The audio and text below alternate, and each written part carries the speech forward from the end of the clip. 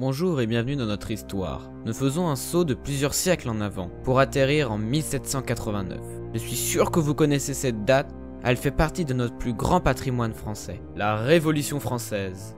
On pense directement aux tiers-états dans les rues, armes en main contre la royauté. Cependant, connaissez-vous précisément le début de cette révolution? Je vais donc vous expliquer le début de la Révolution française. Pour commencer, revenons en 1774, lorsque Louis XV meurt. Le dauphin lui succède à 19 ans. Cela provoque un immense soulagement du peuple. Du coup, l'avènement du jeune roi suscite énormément d'espérance. Il possède des vertus, bien éduqué et sage. On le voit gouverner avec moralité. Il se nomme donc Louis XVI. Cependant, les heures noires arrivent quelques années plus tard. Lorsque Louis XVI accède au pouvoir royal, il hérite d'une crise vieille de plusieurs années, la crise parlementaire.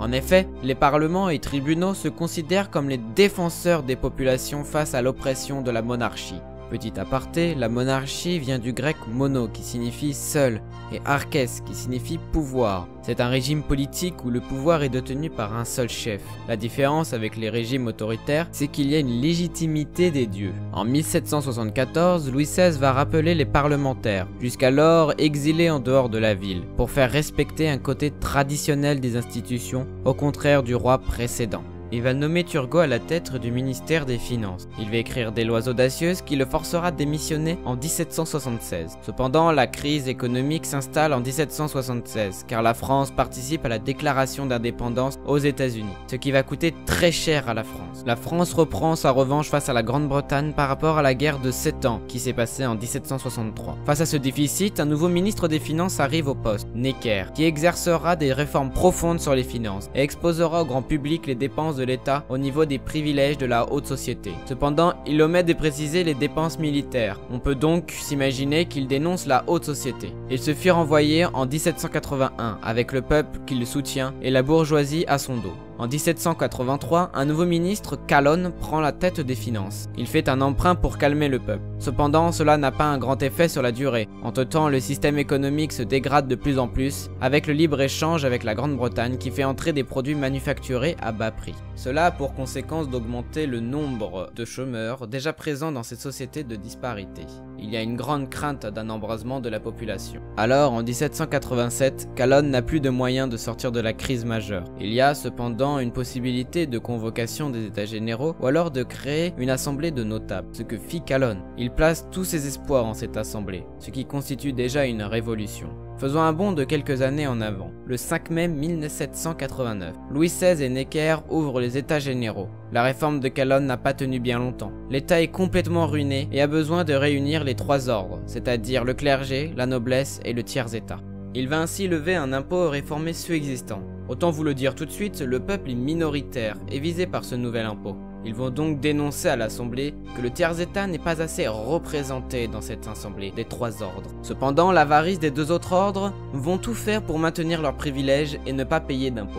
Ainsi, le 17 juin, plusieurs députés du tiers-état, de la noblesse et du clergé proche du peuple se réunissent à part, sur la proposition de l'abbé Sieyès, qui sera un grand homme de la politique par la suite. La réunion se proclame Assemblée nationale, représentant du peuple français. Quelques jours plus tard, elle se rassemble alors à la salle du jeu de paume, près du château de Versailles. Petit aparté, la salle du jeu de paume, nous pensons tout de suite à la célèbre peinture du Serment du jeu de paume par David, qui était un peintre du même temps, entre 1790 et 1794. Ils firent un serment de ne pas se dissoudre avant d'avoir donné à la France une constitution.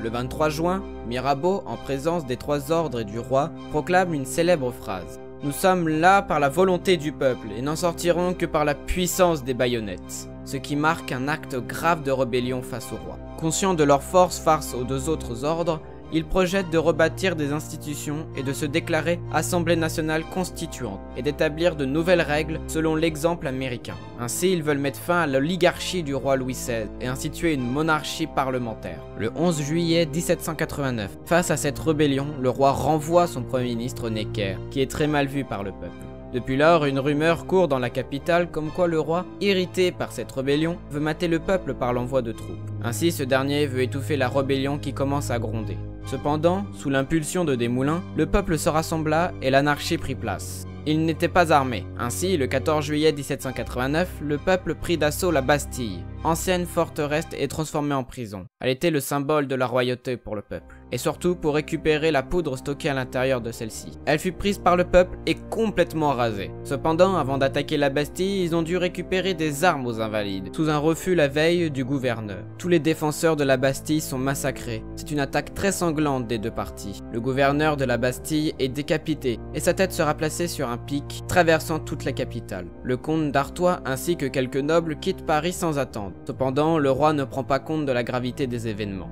Le comité des électeurs désigne Bailly comme maire et Lafayette à l'administration royale. Cependant, une peur se propage dans les campagnes, la peur d'avoir des représailles des seigneurs. Ainsi, plusieurs familles seigneuriales se font massacrer. Pour apaiser ces derniers, le 4 août est voté l'abolition des privilèges et met fin à la domination seigneuriale. Plus tard est signée le 26 août 1789 la Déclaration des droits de l'homme et du citoyen. C'est un acte très important et toujours aujourd'hui primordial dans nos vies. Pour rédiger ce texte fondateur, les députés se sont inspirés des philosophes des siècles précédents, comme Montesquieu ou Rousseau. Ainsi, 17 articles sont ratifiés, commençant par cette célèbre phrase « Tous les hommes naissent et demeurent libres et égaux en droit ». Ce n'est pas pour autant que la crise se finit. Une disette s'installe. Le roi est forcé de s'installer dans la capitale, aux Tuileries. L'idée pour renflouer les caisses de l'État est de saisir les terres de l'église catholique. Le peuple s'apaise durant l'année 1790. On parle des sans-culottes, terme désignant le peuple révolutionnaire des quartiers populaires. Plusieurs clubs de discussion voient le jour, l'un des plus célèbres étant le Jacobin, où un certain Robespierre prend la tête le 31 mars 1790. L'Assemblée constituante réforme les institutions en place, et elle crée les départements, pour remédier à la confusion des anciennes provinces, qui sont toujours en place aujourd'hui.